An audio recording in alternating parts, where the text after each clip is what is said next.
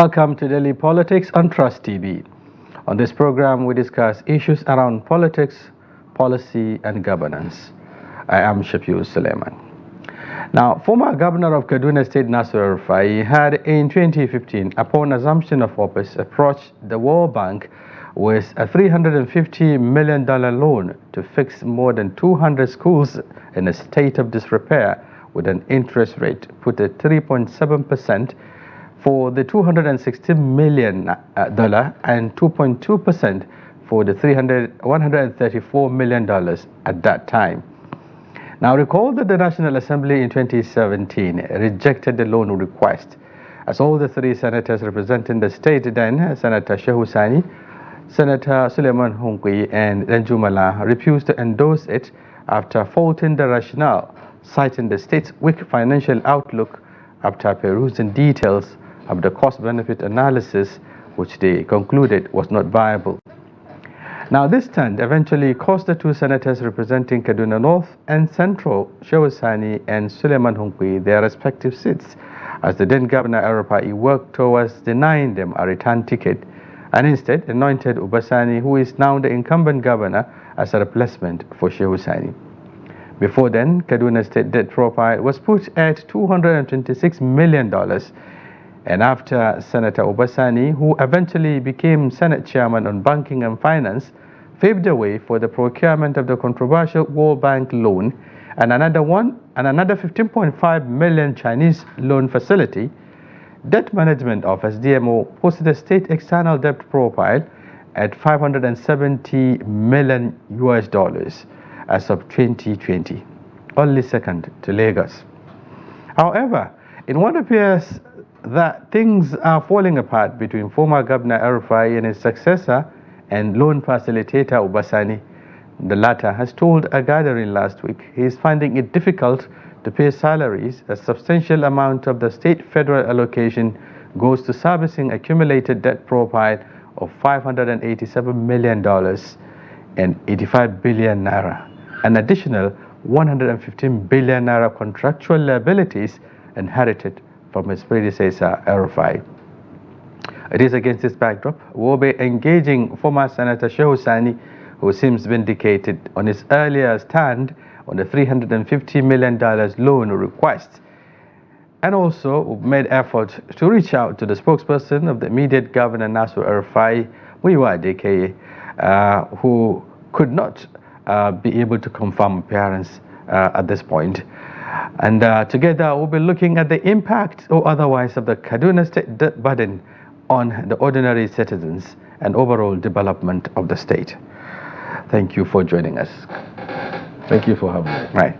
Okay, before we commence the conversation, we'll take a short break. Stay with us. We'll be back shortly.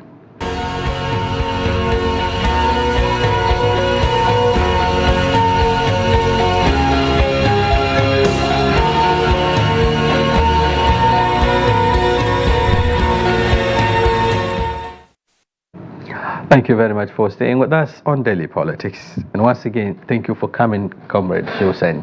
Thank you for having me. Now, what you've been telling Nigerians and the people of Kaduna State a couple of years back has finally surfaced, so to speak. The concerns around the $350 million loan, which was requested then by Governor Nasir Rufai, was declined by you and your colleagues. It has raised a lot of concerns and dust then. Some people see you as enemies of progress of Kaduna State and so on. When you had Governor Ubasani coming out to tell Kaduna State stakeholders that he can no longer pay his salaries, do you saw it coming? Thank you for having me in your program, especially at this time in the history of our country and in the history of our state. Well, I must say that what is happening in Kaduna State today is squarely what I have once prophesied. I knew that a day will come like this, and I call it a day of reckoning for the state and also for its people. when the former governor Nasir El-Rufai forwarded a request for $350 million loan. Well, it is important for our viewers to even get to know how that money comes into being. Okay. There was a former Minister of Finance called Kemi Adeosun. That's right. She was instrumental to a World Bank loan for 2 states, which is her own state, Ogun, and then Kaduna State. And the 2 requests were presented to the National Assembly by the President, Buhari, at that time. Yeah. And I coincidentally happened to be chairman of the Senate Committee on Foreign and Local Debt, because when I went to the Senate, I never even knew that there was any committee like this, because the committee I chose to serve, I was the Committee on Foreign Affairs. Yeah. And it was the then Senate President, Bukola Saraki, that gave the chairman of the Senate Foreign Committee to a ranking senator, and then gave me the deputy chairman of that committee, and now gave me this committee to chair. So by fate or by providence, the request for Kaduna $350 million came to my table. Landed on your table. Yes. So when it came, I went through the books, and we have what we call Debt Management Act of Nigeria. Yeah. And in the provisions of that Debt Management Act, there are conditions that need to be met before approval of any loan request by Mr. President. And first of all is that if you want to borrow money from outside of Nigeria or within Nigeria, there are questions we need to ask you. The first, we should ask you, how much do you want to borrow? And then secondly, what are you going to use the money for? That's right. And then thirdly, how are you going to pay that money? And then fourthly, if you service that debt or pay that money, will that not affect your own finances and activities in the state? And then fifthly, we want to know the transparency in managing the funds. When the Kaduna team came to the Senate to defend the loan, they couldn't provide any meaningful answers to all these questions. The only answers they have is that they want to borrow $350 million loan. And at the background was a governor that kept sending insult and attacks to our persons. He was so vile against the Senate and also senators, and particularly my person. And I chaired this committee. Before the rejection or after the rejection? Before even the rejection, we had political issues. That's right. And that stems from the fact that how he is running the state. He came demolishing people's homes and then sending people out of their jobs and whatever. And that was not what we promised. Then before that, that's entirely a different issue. Let's zero in on the funds. That's it. So, talking about after going through the criteria, the only answers they have is that they want to borrow $350 million. And we went through the IGR of Kaduna State and the federal allocation. At that time, billion.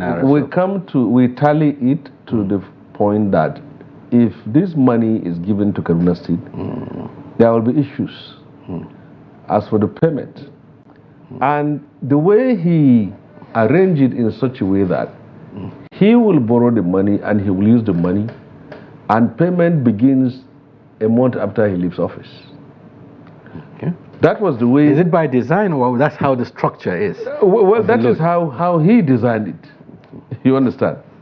So when I look at these things here, first of all, I have tallied that the state cannot pay that money without other institutions suffering. And then secondly, I've not seen transparency in the way and manner in which, because In that document, there are only 3 people who are going to manage that money. And then, if that money is paid, will other services suffer? Yes, they will.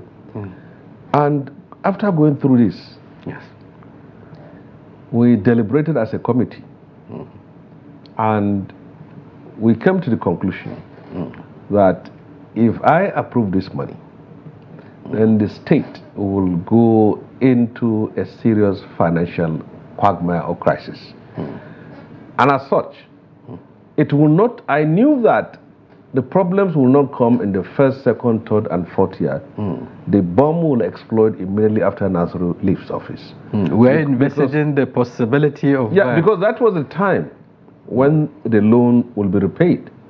It will be repaid in immediately a month after he leaves office. And the servicing begins. And then, even at that time, I forecasted that if we are going to start paying this money, it's going to be deducted from our federal allocation as a state. Yeah.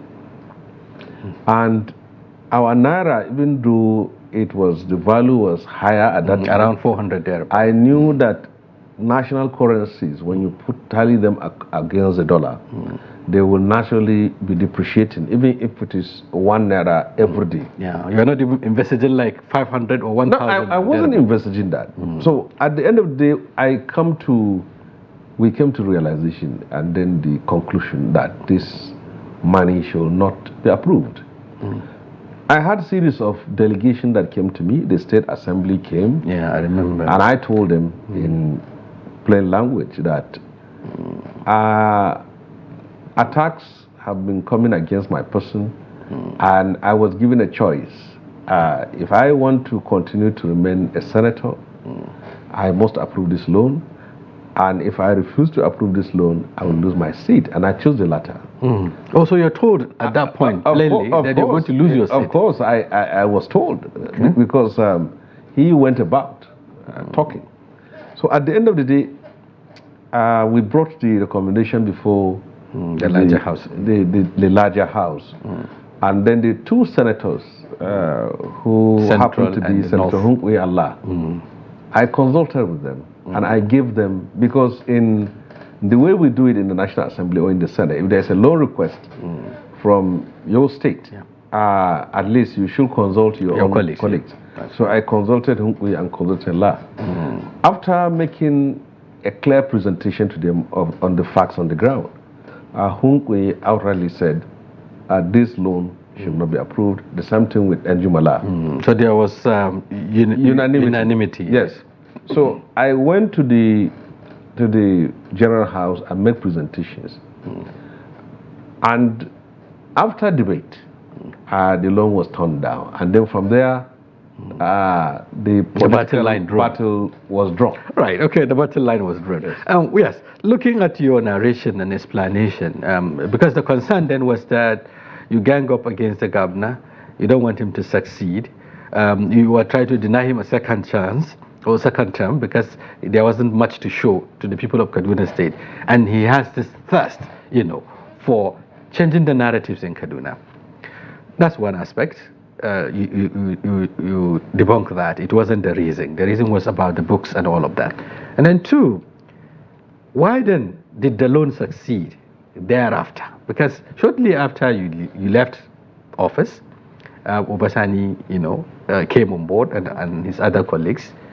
And also, I remember even the Minister of Finance also got fired along the line for, the certificate saga and all of that.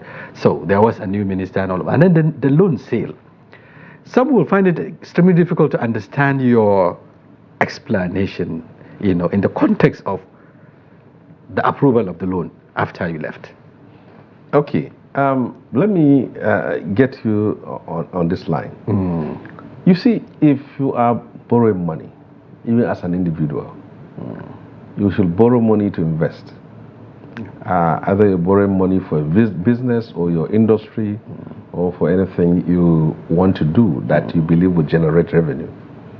So if the $350 million loan was requested for investment in agriculture, in Kaduna State. The service sectors, agriculture, I would have approved it. Transportation, and the rest of it. If the money that was requested was to be invested in industry, I will approve it.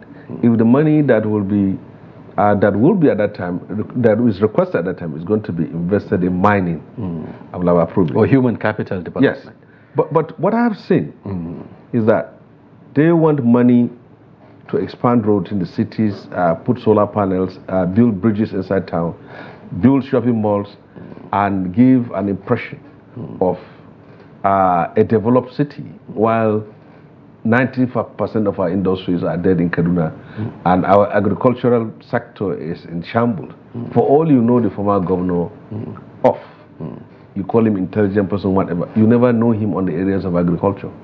So what I said is that we are borrowing money to give contractors to beautify Kaduna town.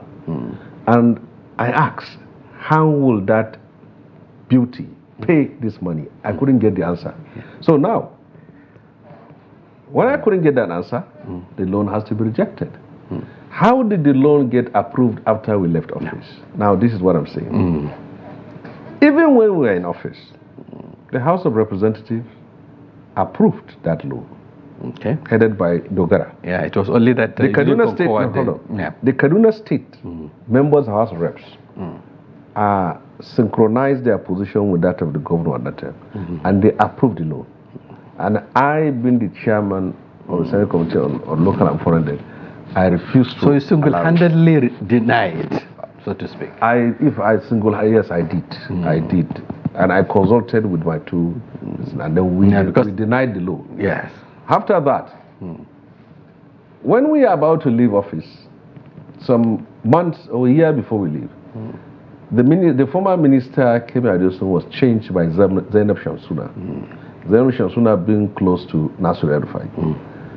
So, I believe that she... And Obasani became chairman banking. Yes, I lost my ticket and I lost that election. So, there was a synergy between the governor of the state and the senator who replaced me, and the minister of finance. And then there is a CBN governor who is also a good friend of theirs. So at the end of the day, how did this thing happen is a document which we already have on the ground. We never knew that behind the scene, that loan was approved without the approval of the Senate. But they refused to release the money until when we leave office, because they knew that there will be a new Senate, and then I am not going to be there again. So they waited to raise it. They waited until I left office. So even when the Senate, the 9th Senate, approved it, already behind the same paper manipulations were done. So when the 9th Senate came, they approved the loan, and then they went ahead and started disbursing the money 1 month after we left office, from June 2019. We left May, and then July they started disbursing the first tranche of the money. So all the monies were disbursed to the former government within the tenure which is served. And the repayment plan began a month after. Right. Okay. Now, looking at due diligence, beyond what you've done as senators, oversight function, checking all the books and what have you, what happened to the due diligence on the part of the World Bank? You think the World Bank will just, approve or rather disburse this $350 million without also going through the books? Well, if anyone who is watching this program wants to go deeper, there was a report carried by an online medium, Sahara Reporters, where it did a detailed investigation on the Kaduna $350 million loan. And I'm quoting them. In that report, they made it clear that even the Kaduna debt was sold to a businessman in Nigeria at a rate that is almost half of that money. And in that report, anyone who wants to Google and search, you will see that there were people who financially benefited from the way the loan was fraudulently given out to Kaduna State. So I cannot even say, because I went through that report, it was a product of an investigative journalism. I cannot say actually if $350 million actually went to the purse of Kaduna State government. Because from that report, which nobody today has been able to fault that online report about that investigation, is that the money was partly stolen and partly shared by people in government and also partly misappropriated. All we have seen was that there were infrastructure development, which the money I was coming to that because the governor has said this consistently, that whoever is asking for where these loans were actually expended should look at Kaduna State. You happen to be an active citizen of Kaduna. I also happen to be. When you fly those roads, for instance, you fly the Wharf Road, you fly the Isa Kaita Road, the Sultan Road, and the rest of them, and you go perhaps from Kaduna to Zaria and all of that, and you saw that massive bridge and all of that, you begin to have some sort of reflection that, okay, some massive investment has been made in the area of infrastructure. And that's what the governor has said, monies are there for people to see. Can that be faulted? Are there parameters to say that what he was saying was not true? Shehu, you are from Kaduna State. And Kaduna has been a city that has the privilege of relatively advanced infrastructural development right from the time of Sardauna. Kaduna is not like Yobe, like Niger, like Kebbi. We have hospitals that were built for us more than 40 to 50 years ago. We have roads that were well constructed. We have a city that was well designed.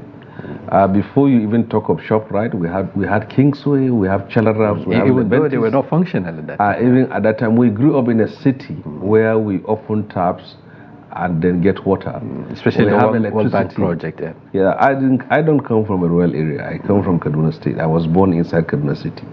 And in all the life I've spent, we had all these things which he has claimed to have constructed. Now, let me ask you, you have made mention of some roads like Wharf Road, Rabat Road, and all that. Okay, now, follow the road and the money should drop for you to pay.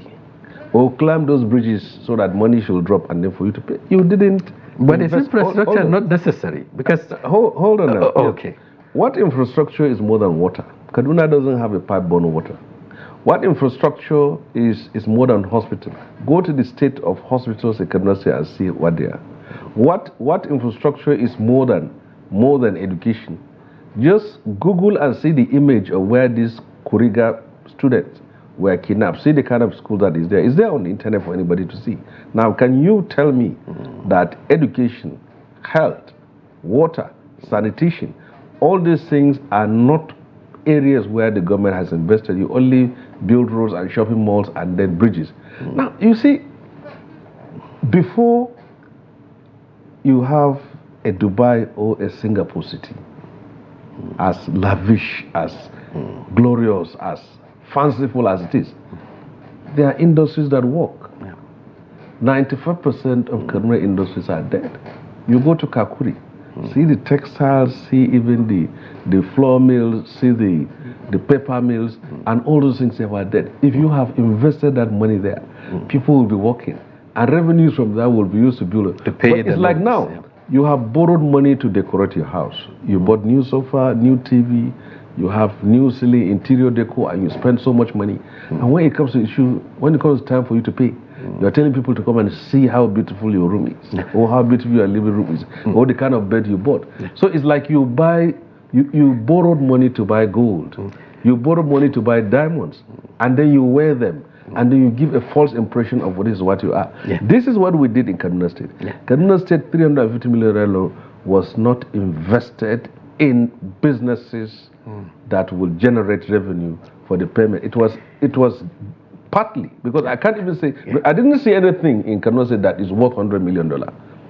All these roads that were constructed, including the bridges. Including the bridges. How can you tell me that Kaduna owes more than Kano State? Count how many bridges are in Kano. In Kaduna State, the only bridge that they are talking about is that of Kau. All other bridges have remained incomplete. There are underpass. How can you? There are also other bridges. How can you, as a governor of a state, tell me that you have pumped in 350 million for infrastructure development, and then you left such litany of abandoned projects? It's unfortunate.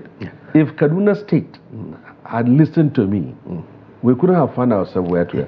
Today we have reached a point where the state has shouldered to a halt, where the government cannot pay salary, where they cannot be able to pay contractors, where they can't even run governors, all because the state has been asphyxiated by the debt left by the former government. Okay, looking at the debt issue, it's not just, limited to Kaduna, for instance.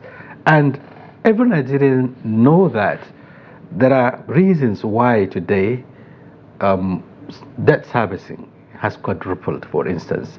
The subsidy, the forest crisis the country is facing has substantially contributed. If perhaps the Naira was still at 400 to $1 as we speak, maybe the governor of Sani may not be complaining by now. But the fact that it has tripled, it has consumed all that was supposed to left for development. That is the reason why it's talking. And this is a national issue, Even the central government is battling to pay, about 10 trillion Naira, just servicing about 100 trillion Naira loan. So, some will say it was just coincidental. It wasn't by design that these loans, maybe the parameters used by the governor were that the state will be able to pay for these loans. You see, when you are in the affairs of governance, you should be able to forecast what may happen in the future. Today, the Kaduna State, as a state, is living in its moments of truth. It is now faced with the reality of the mistake that was done in the past. Even without Naira depreciating, Kaduna State government cannot service $350 million based on what comes to from the federal allocation and what comes to the IGR. And if you listen to what was presented that led to this controversy, 20 billion Naira was also withdrawn some days before the handover. Yes. And that was from a commercial bank. Yeah, that was tied to an IGR. And then that was also withdrawn at a very high interest. So you see, it is a deliberate attempt to cripple the finances of the state. Governors, not just that of former Governor Kaduna, many of them have that kind of attitude. Let me spend money, let me take the credits for the glitz and the glamour, and then leave behind the burden for the person who is going to take over from me.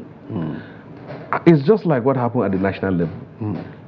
If Buhari had the courage to remove subsidy in 2015, Nigeria could not have found itself in this crisis, because the kind of cult support he has, the kind of popular support he has, the kind of determination and people's commitment, the popular trust support he has from the masses. Tinubu doesn't have it in 2023. People are ready to die for Buhari. People are ready to some are even worshiping Buhari. Some are fanatical about Buhari. And whatever Buhari says, it becomes done. Now, if he has done that, we couldn't have found. Now, it's like people... Are you justifying the removal of subsidy? Because today is what led us to where we are. Well, whether I justify or justify, if subsidy has been removed and we're living the reality of it now, that's a fact. We are talking of Kaduna, so I'm just making yes, I understand. Now, in Kaduna State, whether the Naira has depreciated or not, the state cannot service $350 million loan. Those who approve it refuse to take cognizance that Kaduna is not an oil-producing state. Kaduna does not have a strong industrial base. Kaduna is like most states in northern Nigeria, that depends on federal allocation for its own development. That was before, but there was substantial improvement from 13 billion to around 44 billion IGR. Isn't that? Let me tell you the IGR of Kaduna State. If you are talking of the IGR of Lagos and Ogun State, these are IGR that come from businesses, that come from industries. Kaduna IGR come from extortion. People, landlords, extortion? Yeah, of course. Landlords were threatened to pay more than what they have, more than what they can afford. Lands were confiscated, and people who are running petty businesses were ruined.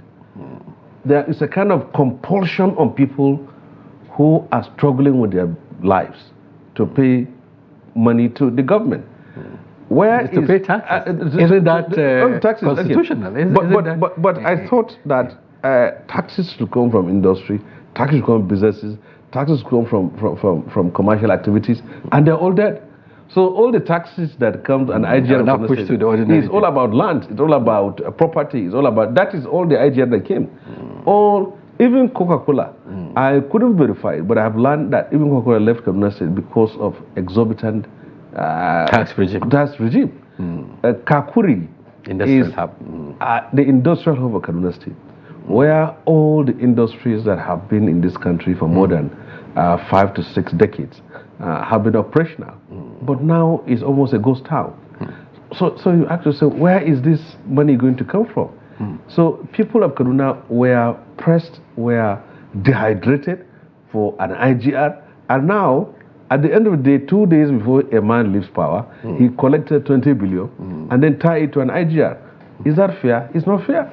Well, but where is the governor, who is crying foul now? When all of this was happening, he was part of he facilitated everything. At some point, he even guaranteed it. Some point, he was like, hold me responsible if he failed to pay back, or if he failed to utilize it the way it is. And all of that. Why cry? Do you sympathize with him? I don't want to answer that question. Why is it? Just like that. He's your friend, I know, but I sympathize. I don't want to answer the question. Just go to the next one. Okay. Yes. Well, okay, we'll be looking at a way out of the quagmire. But then before we get to that, looking at the loan itself, the configuration, the expectation, the governor said he was to fix more than 200 dilapidated schools. You cited the Kuriga school and several others perhaps that have not been touched. But for people who have been living in Kaduna, they know that, a number of educational institutions have been given facelift. We've seen the kind of buildings, the expansion and upgrade of primary schools, selected primary schools. Isn't that something to cheer about? And then the reforms also that comes with the governance system, tax reforms and all of that. Shouldn't that take credit? You see, in the last 8 years, there have been several NGOs and media houses that have been coming to Kaduna, giving all sorts of awards to the former governor. There is one award they call Ease of Doing Business Award, and there is another award called Transparent Governance Award, and newspaper houses are full of Man of the Year. Now, all these NGOs and media houses that have been coming to our state to give awards should come now and help us pay this loan. There is what they call Kashim Fellowship Award. All those awardees should return our money. Kaduna is a serious financial strait at this time here. All these awards that they have been given to the state, all these eulogies and phrases and encomiums that were showered on the governor, this is the state of our state today. And it shows that it was just nonsense. So as far as I'm concerned, Kaduna is in a deep financial mess, and the only way out is to constitute a panel that will invite the officials of the former government and proxy contractors that have benefited from the looting of Kaduna State to come over. But the same contractors are still owing 115 billion contractual liabilities. Well, I don't know. You see, from the time you enter Kaduna, if you come to Abuja, to then you exited on your way to Zaria, you will see litany of uncompleted projects. go to see the bridges in Zaria are uncompleted. The bridges that led from the road that led from Rabah Road to the railway station is uncompleted. There are township roads that are still uncompleted. Ranchers Bay Stadium, the other bridge linking Ranchers Bay Stadium is uncompleted. Many roads in the city were just left abandoned. So how could you tell me that a state borrowed $350 million? You have not solved all the infrastructure problem, and you have a liability of 115 billion naira to pay. Where will that money come from? If I'm governor of Kaduna State, actually, I'm not going to pay that money. I will send a clear message to everyone because I don't see any job. How would you default when you've already signed that? You should go and meet the person who signed for you. But as far as I'm concerned, message is clear. I can't borrow money, and I have not seen services, and I'm left with debt that I need to pay. This situation which we are in Kaduna State today. Okay, you've joined voices, with those who are calling for proof, so that the true picture of the whole spendings will be unraveled. A number of people have been talking about the need for the current governor to constitute, that committee, or set up a committee of experts to go through the books and, where necessary, make people to refund if there are cases of diversion and all of that. But what do you make up with the palpable silence on the part of the past governor? He hasn't said anything apart from the outbursts of his son, who said the incumbent governor is not thinking out of the box. It's just complaining. He ought to have rolled his sleeves and come up with initiative, to pay these loans. Well, you see, I know the current governor. And I've always said that Erifai doesn't know who is Obasanjo. He just don't know him. Okay. So the honeymoon is over now. Hold on. He knows him from 2003 to 2023. But he doesn't know him. And I've never gone to bed without the thought that the day like this will come. Because nobody in the whole of Kaduna State knows the governor more than I do. That's right. And nobody in the whole of Kaduna State knows me more than he does. So I knew that this day will come. The governor, for the 8 years which he has been in power, each time I watch him talking about his friend, I just laugh because I know he doesn't know who he is. And I know today will come, and it came. Let me tell you this. His silence, I can predict that it's not just he doesn't want to talk. But I believe he is studying the situation. Okay. Whether the attack that is coming from Kaduna State is actually from Kaduna or from Abuja. That is my own speculation. You understand? And in the case of River State, you can see that Wike talks, but Fubara doesn't. But in the case of Kaduna, it's the other way around. It's the other way around. Okay. And even the other way around, this one did not attack the other person. He simply stated just put the case on the ground.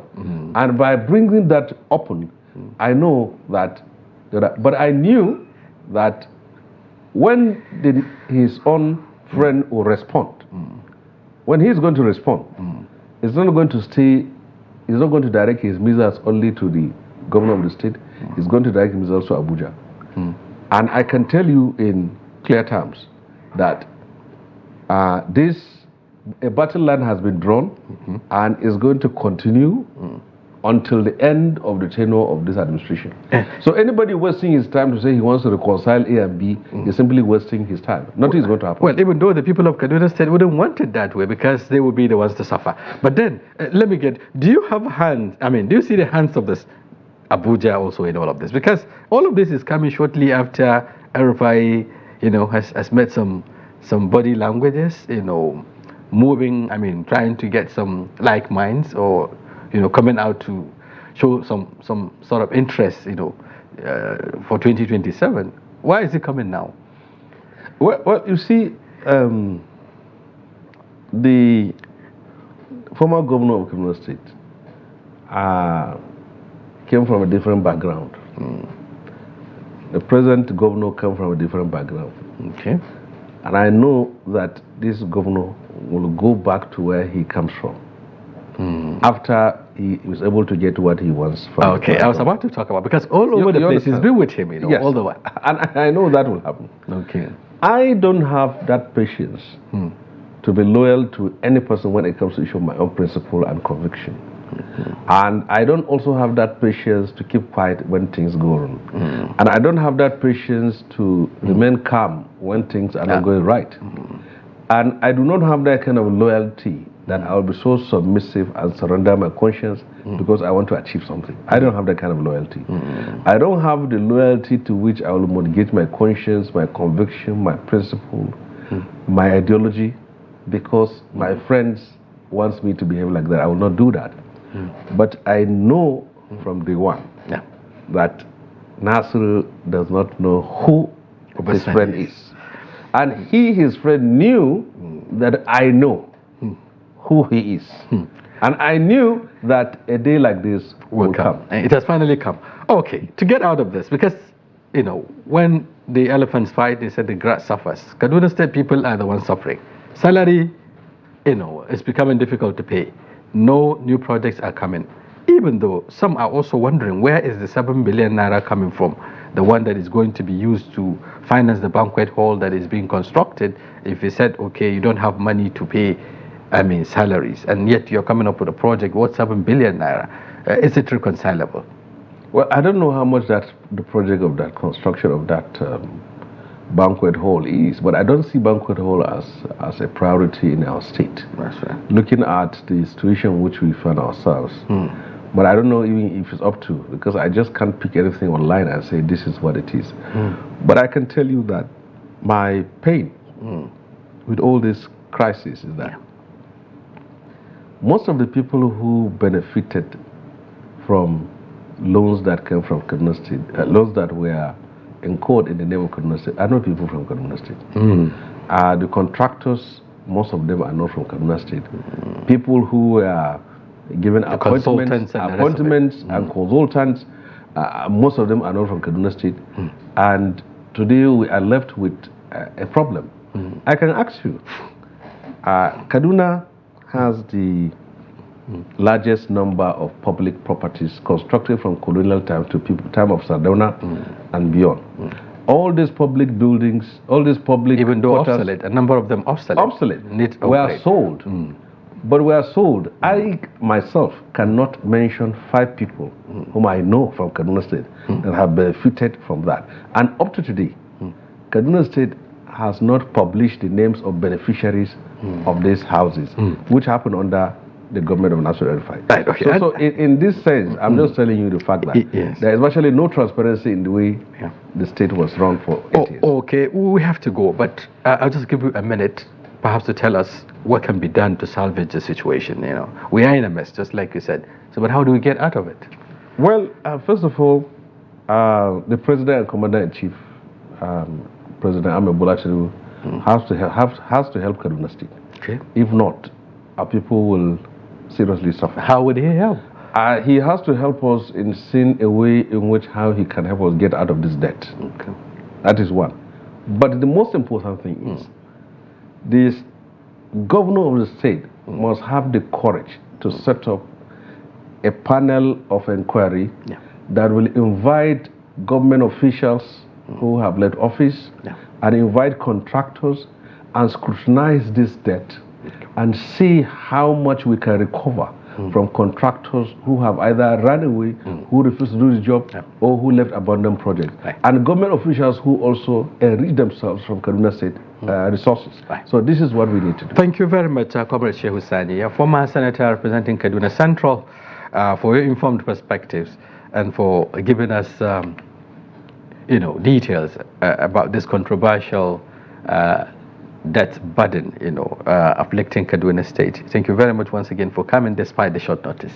Thank you for having me. And viewers, that's a wrap on today's package of Daily Politics. I do hope you found the conversation engaging and informative. If you do, join us tomorrow. We'll be back with another personalities and topic. Until then, I'm Shehu Sani, thanking you for investing your time with us.